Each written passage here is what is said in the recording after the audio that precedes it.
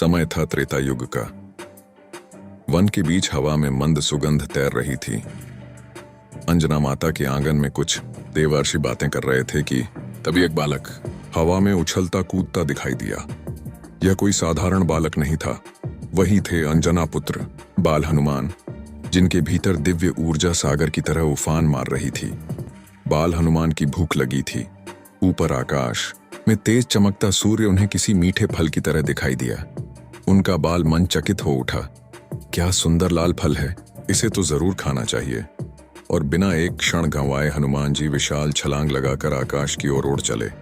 वह गति ऐसी थी जैसे इलेक्ट्रिक तूफान फट पड़ा हो।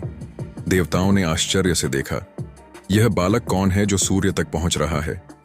उधर सूर्यदेव अपने तेज से पूरा आकाश जला रहे थे। तभी उन्होंने देखा कि एक छोटा बालक पूरी शक्ति से उनकी ओर बढ़ रहा है। सहसा गर्जन हुआ, वज्र, इंद्र का वज्र। देवों को भय था कि कहीं यह अज्ञात बालक सूर्य को निगलकर संसार में अंधकार न फैला दे। इंद्र ने अपने श्वेत ऐरावत पर सवार होकर वज्र उठाया और बिजली जैसी चमक के साथ बाल हनुमान पर प्रहार कर दिया। वज्र का प्रहार इतना प्रचंड था कि पर्वत कांप उठे। हनुमान जी आकाश से नीचे गिरते हुए सीधे पृथ्वी पर एक पर्वत के ऊपर आ गिरे और बेहोश हो गए। इंद्र को लगा कि खतरा टल गया, पर उन्हें पता नहीं था कि उन्होंने किस पर प्रहार किया था।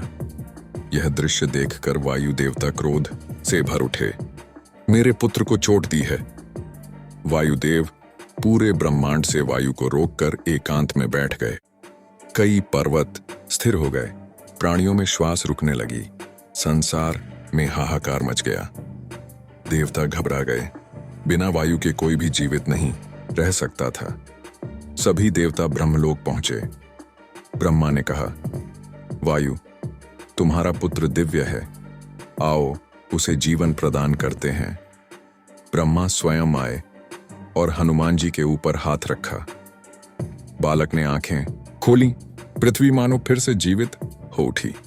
लेकिन देवता जानते थे अब वायुपुत्र को ऐसा वरदान देना होगा कि भविष्य में कोई भी देवता उन्हें चोट पहुंचाने की गलती न करे। इंद्र सबसे पहले आगे बढ़े। उन्होंने हनुमान जी के माथे को स्पर्श किया और बोले, बालक, आज से मेरा वज्र तुम्हें कभी हानि नहीं पहुंचाएगा। तुम वज्र के समान अजेय और अटूट रहोगे। इसके बाद एक एक करके सभी देवता वरदान देने लगे। सूर्यदेव, तुम्हें अपार तेज और ज्ञान मिलेगा। अग्निदेव, अग्नि कभी तुम्हें जला नहीं सकेगी। वरुण देव, जल तुम्हारा कभी अहित नहीं करेगा। यमराज, मृत्यु भी तुम्हारे पास आने से भय खाएगी। कुबेर, तुम धन, बल और वैभव से परिपूर्ण रहोगे। शिवजी, तुम अमोघ बल और अनंत ऊर्जा के धनी रहोगे। वायुदेव ने अपने पुत्र को उठाया। हनुमान जी मुस्कुराए, पिताश्री, मुझे यह शक्ति राम कार्य के लिए चाहिए। देवताओं ने देखा, एक छोटा बालक, पर भीतर अनंत सामर्थ्य का तूफान।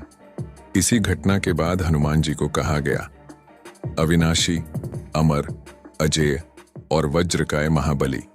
यह वही क्षण था जब हनुमान जी सिर्फ वायुपुत्र नहीं रहे, वे संकट मोचन, महाबली और दिव्य योद्धा बन गए।